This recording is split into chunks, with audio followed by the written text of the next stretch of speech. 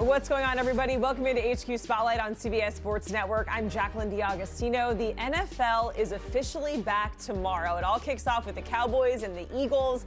And of course, we have some exciting matchups on CBS for our Week 1 slate as well. The Packers and the Lions, where we're all anxiously awaiting Micah Parsons' debut as number 1 for the Green Bay Packers. That is in the 4:25 Eastern window on Sunday. We also have Dolphins Colts. We have Charles Davis on the call. He's also going to join the show a little bit later to preview that matchup. And then at the very top there on the 1 o'clock slate, the Aaron Rodgers revenge game. Aaron Rodgers, obviously QB1 in the Berg. So here is more from his head coach, Mike Tomlin, on the decision to go with Aaron Rodgers at quarterback. I don't think anybody's surprised by that, not only because of his resume and experience, but what he's displayed since he's been here in terms of being a great team guy and communicating and leading and sharing his experience and the lens through which he sees the game with others. It's just been a good process. And so I don't think that was earth-shattering in any way within our collective. Yeah, we're not surprised Aaron Rodgers is the quarterback. Maybe surprised by how long it took for that to get done, right? Evan Washburn joining us here on Spotlight. Evan, you were going to be on the sideline there for Steelers-Jets, and we have a whole lot of questions about the Steelers team, right? But I think the main one is Aaron Rodgers. It is starting his era in Pittsburgh, but our biggest question is, how is this 41-year-old quarterback going to look in this offense, Evan? It's a great question, and we don't have answers right now. Doesn't mean we can't discuss it, Jacqueline, but the reality is until we see Aaron Rodgers under center on Sunday running this Arthur Smith offense, we really have no idea what he's going to be able to bring. But I choose to be optimistic about things in a lot of aspects of life, and there's no reason to believe that within the framework of what they need Aaron Rodgers to be in Pittsburgh, within this group, specifically that offense, I think there's a version where this goes really well. Because if you think to what was required of him as recent as last year in New York, in the last few years in Green Bay, he needed to be the MVP. He needed to be Superman. He needed to carry an offense, really carry a team.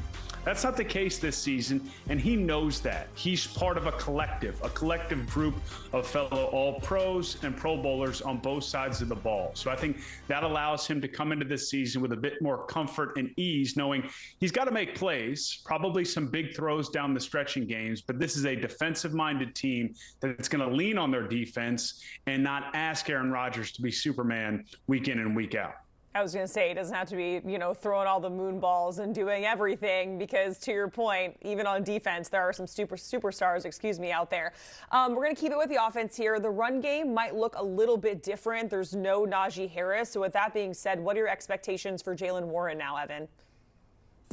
Well, he got paid this week. Well-deserved. An incredible story from JUCO to small college to then Oklahoma State to then surprising many in Pittsburgh when he showed up undrafted. And I think he can bring kind of that Austin Eckler vibe. That's a comparison that's been made to Jaylen Warren since he broke out a couple years ago. And we saw when Eckler was at his best that he could be an every down back for, at one point, the Chargers, and now in terms of Warren will be with the Steelers. Underrated as a pass protector, loves to get involved in the blocking game. But they drafted that position. They bring in Kenneth Gainwell, who's got Super Bowl experience from the Eagles. So I don't think it's going to be a Najee Harris workload for Jaylen Warren, even though he will be RB1. I do think that he's going to have the opportunity to lead that group, and it's a group that's going to be a big part of what they do offensively. We know Arthur Smith wants to run the ball, utilize a lot of tight ends, and then look for opportunities to take shots downfield with DK Metcalf. So we have this new-ish running back room, a new quarterback, and it's a new-look secondary as well, Evan. And starting with Jalen Ramsey, who, of course, was part of that big trade that sent Minkah Fitzpatrick over to Miami. But when it comes to this new-look secondary, what are your feelings? Do you think it's going to be a little bit of an upgrade based on what we've seen in the past there in Pittsburgh? I think it should be. I remember going to Latrobe in training camp and talking to Mike Tomlin about Jalen Ramsey. And he's a guy, despite his ability to turn a phrase, he keeps things pretty even keel. But he couldn't contain his excitement to have Jalen Ramsey a part of not just his team, but more specifically a defense and a secondary. And you think back, Jacqueline, to last year and things falling apart down the stretch. losing the last 5 games of the season. With the last 7 games of the season for Pittsburgh, it was really the back end that was the culprit. The communication issues really became a problem. They were allowing a lot of big plays that led to allowing a lot more points, and really what fell apart for Pittsburgh. And I think what they did in the offseason was they just identified that area and looked to solve it. And they're building around Joey Porter Jr., who's entering a critical year 3, a guy they drafted basically top of the second round, first round type talent that they believe in. But now they bring Jalen Ramsey in, Darius Slay, obviously extremely experienced, Juan Thornhill as well. So that's the area, it's defensively, that I think our microscope will be on early in that game against the Jets to see how they're coming together. And there's plenty of storylines for the Steelers. There's also plenty of storylines for the Jets, right? So it's the Aaron Glenn era. We're all kind of wondering, who are the Jets? What is their identity? So here's more from Aaron Glenn on that. We're also going to continue to learn as the season progresses. I mean, these guys have had a number of practices out there in training camp, but once you get in games, things start to change a little bit. And to me, it's always been, I've learned this from Bill Cowher years ago, that sometimes you really don't know what your team is until you get 4 or 5 games down the road. So, listen, we're all maturing in that aspect of really understanding, like, really true game action, man. Who are we going to be as a football team? And I'm paying close attention to that. So Aaron Glenn saying, hey, we might not know who this team is unless we're 4 or 5 games in. But, Evan, whenever we've been talking about Aaron Glenn all offseason, it's always about the culture. Like, he's a big culture guy, right? But how much of that do you think is actually going to translate to on the field? Well, Jacqueline, I think eventually it will, but culture takes time, and culture is what you're about really away from the field more so than your play style and what you do in between the lines. It's kind of how you practice, how you carry yourself, and you've already seen improvement in that area since Aaron Glenn took over.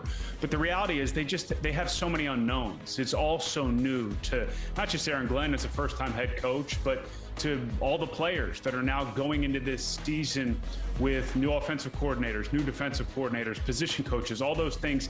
And until you're in live action, especially with the way we handle the preseason now, you really don't know. So I think it's smart for Aaron Glenn to temper expectations about the start of the season by referencing our guy Bill Cowher, because he's right. We don't really know a lot about even established teams like the Kansas City Chiefs until week 6, 7.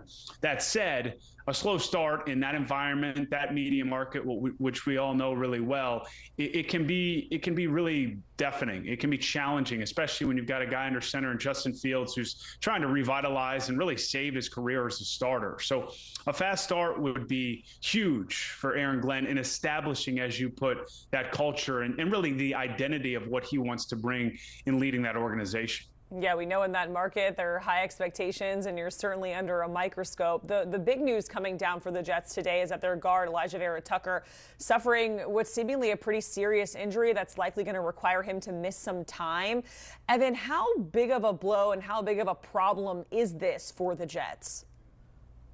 It's huge. Just named a captain, and it's reported to be a triceps injury, still evaluating the long-term effects in terms of how long he will be out. And you think about it with Justin Fields and with what Aaron Glenn wants to do, not just in establishing his culture, but style of play offensively. They want to run the ball. I mean, they've got Braylon Allen, they've got Breece Hall, they've got, again, Justin Fields, one of the more dynamic quarterback runners in the league, and a lot of that's done in between the tackles off the hips of a guy like Elijah Vera Tucker. So the one, I guess, silver lining to this, Jacqueline, would be that they've mixed and matched this offensive line through camp. So John Simpson, who's on the opposite side at guard, he's dealing with a back injury. So they already had Joe Tippmann, who was listed as center right now, move over to guard, and then Josh Myers steps in at center. So they've done this jigsaw puzzle, if you will, already over the course of training camp. So there's experience in that regard. But you're losing a really high-level player that has the potential, when healthy, to be a Pro Bowler. And now they got to go up against a Pittsburgh defense that we touched upon.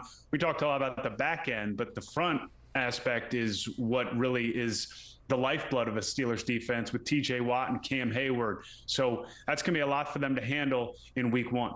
Yeah, and just to piggyback off of that, you're kind of looking at a certain matchup that has to do with TJ Watt for this next storyline, Evan.